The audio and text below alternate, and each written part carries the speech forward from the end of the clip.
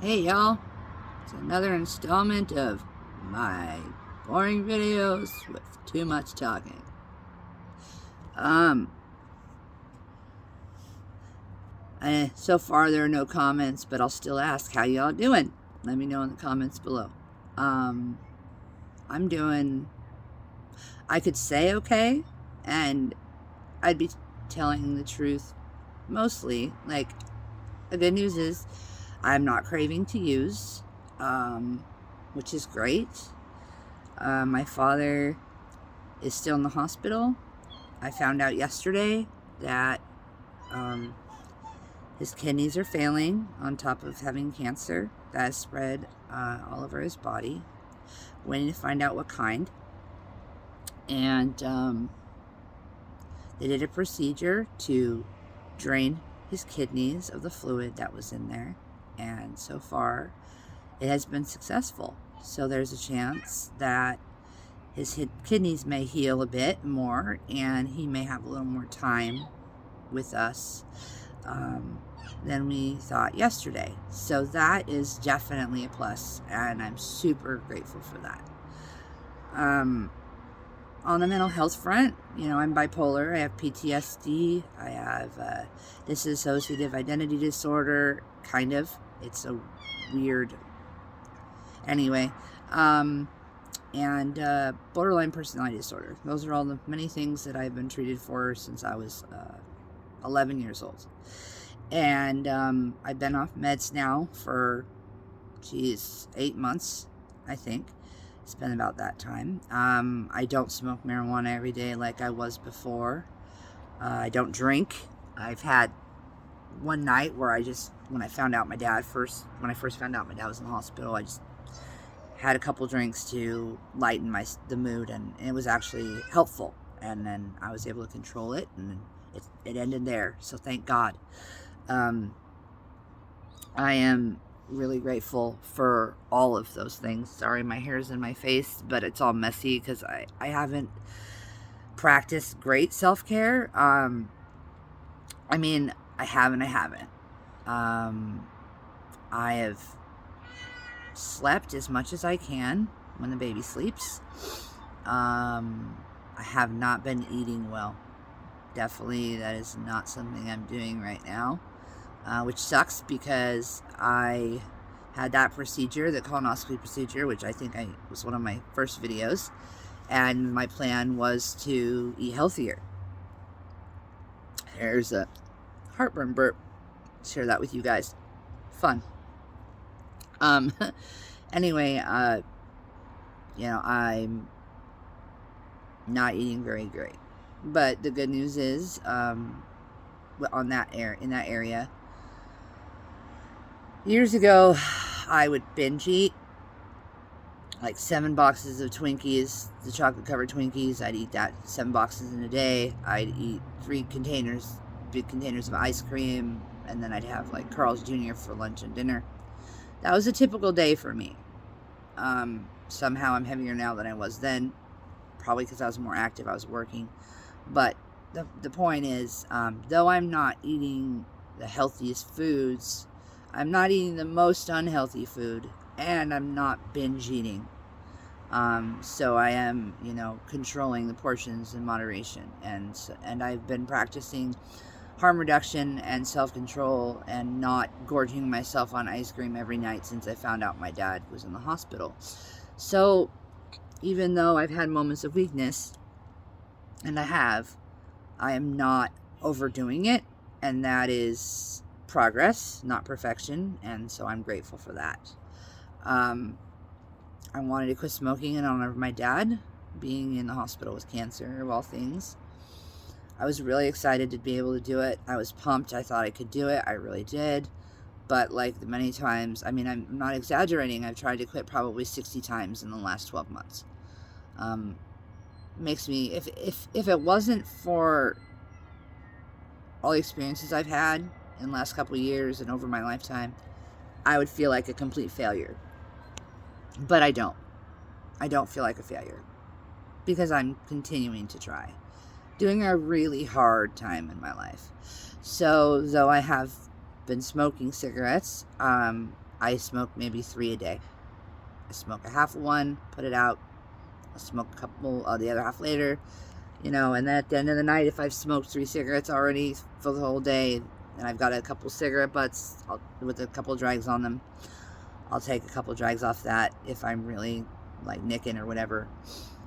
My goal is to completely quit, but at this moment, I'm giving myself grace and practicing harm reduction. So, how am I doing? I would say, considering the fact that 2 years ago in April, my mom passed away, and we didn't get to resolve or reconcile our relationship, though I tried. She was very angry and bitter and lashed out, and I knew that I did not deserve to be treated that way. And as painful as it was for me, I stood my ground and I said, fine, if you're going to be this way, I can't have this toxic behavior in my life. And, and then she passed. That happened in January of 2019. And then in April, she passed. And then right after that is when I got really addicted to needles. I'm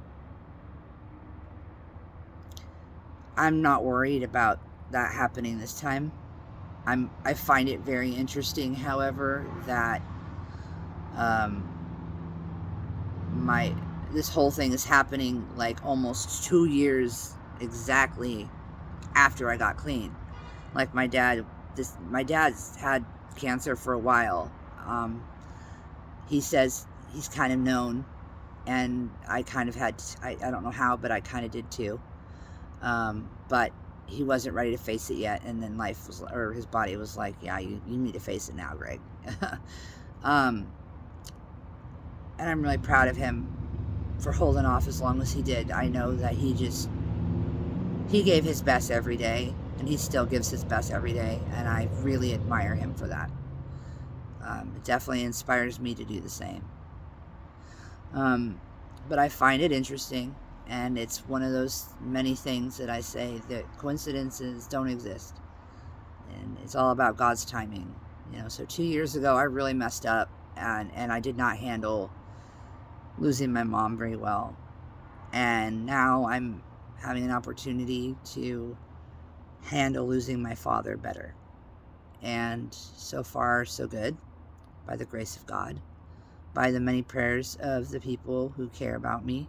And I really appreciate that. Thanks for watching my videos. I really appreciate it. Even if you don't like or cancel or comment or subscribe. Nobody's been mean and said anything negative. Nobody's disliked my videos that I can see yet. So thank you for that. I really appreciate it. I know that there's not a whole lot of substance that's very interesting. It's just me talking about me, but that was the whole point. I'm here to share my life and my experiences so that people with addiction and people in recovery can know what the process is like day to day, if not day to day, then just along the way. My goal is to show people that it is possible to have been severely addicted to drugs your entire life, as I was. I started meth. I used meth before I used weed. I was 12 years old, and I was at my friend Amber's house, and her mom wasn't there, and her neighbor was there, and they were doing meth, and I saw what they were doing, and I asked them if I could have some because I was overweight, and I was dealing with anorexia and wanting to lose weight. And I heard that it would help me lose weight. And I was obsessed with weight my whole life because my family picked on me for being overweight, and I got picked on in school for being overweight. And my mom was overweight. My mom was obsessed with her weight as well. And as a result, I wanted to be skinny, and that was something I could use to get me skinny. And I didn't really know about how bad it was. I heard it was bad, but I didn't know how. No one explained to me how it was bad for me. And so I didn't care. I just wanted to lose weight, and I tried it. And I was hooked. I was hooked after the first time I tried meth. And started using it almost every other weekend, anytime I could get my hands on it when I was over there. And then, at the age of 13, I was using it anytime I can get my hands on it. I never really paid for it. I was ended up sleeping with this guy who, his dad cooked it. And so from like 13 to 15, I just got it for free. And then one day, they came over, the guy that I was with and my friend and his friend came over in a Jeep, asked me if I wanted to go party. I said, sure. We went partying in this Jeep, went out to the mountain, got stuck in the mud on Wildcat Mountain. And I said, hey, you guys need to drop me off at home. I need to check in with my mom. 2 days later, they dropped me off at home. And right after dropping me off at home, they got pulled over by the state troopers because it was a stolen vehicle. Thank God I was not in the car. The crazy thing is I was at home coming down at the age of 14. It was miserable. And I was in our laundry room sitting on the dryer because I was freaking out and I was hallucinating and I saw red and blue lights. And I heard in my head like cops and yelling and stuff. And my mom was freaked out because I was reacting to it. I was freaked out. I was hallucinating. I wasn't used to that kind of thing. And then I found out later that my friends got pulled over in that Jeep and their guns were drawn, their rifles were drawn. They were yelling at them to get out of the truck or the Jeep. And I'm so glad I went home to check in with my mom because that could have been the moment where my intervention moment. But instead, my intervention moment came when I was 15. I had been up for 3 days, which is the longest I'd ever been awake. I was hallucinating very, very much. I ended up robbing somebody, not robbing them, but like doing a B&E, and I didn't even know it. I was led there by the guy's apartment that we were at. I was at some guy's apartment. The only reason I was there was because he was a friend of my good friend Lance. And so I was there and we were doing stuff. And then on like the second or third day, they're like, oh, my friend's out of town and they're moving. They're giving away their stuff. Let's go. And I was so out of it. I'm like, okay. And I got like 4 crates worth of stuff that I ended up leaving there at the apartment. And then years down the road, I'm like, oh my God, we broke into somebody's house and robbed them. That is awful. And anyway, that was a really bad experience for me. And my mom was devastated and wanted me to come off the stuff. She'd been asking me to get off the stuff for 2 years. And I said, finally, okay, Mom, I promise you I'm done. And I was. And I put myself in treatment. It was just outpatient treatment. I got clean. And then from that moment on, I was clean off of meth until 2019. And then my mom passed away and I lost it. And here I am 2 years later, completely renewed, completely rebuilt in Christ. And living the life that I've honestly always wanted to live. Calm. I have stability, financial stability at the moment. A beautiful daughter that lives with me and a beautiful daughter that lives with her dad, who's a part of my life. I'm with a man that I've wanted to be with for 15 years, and we're happy and we're healthy. And that is what is important, is we're healthy, more stable than ever before in our lives. Not just together, but in our lives. And the fact that we used together and we abused together. I mean, we abused each other and we abused ourselves. And we were known in our neighborhood and in our apartment for being crazy because we were the crazy tweakers. And now we're quiet, calm. We smile at our neighbors. We do what we got to do. We keep to ourselves. We say our prayers and we live by God, and we're happy and healthy. And if I can get through what I've gone through, and I can go through what I'm going through right now, which it's not that I'm going through this. My father's going through this. This is my father's battle. I'm on the sidelines here. But he's my dad, and I love him dearly. And so I'm going to hurt, and I'm going to grieve, even though I'm not the one in the spotlight suffering. And I know that loss and grief is one of the number one triggers to go back to using.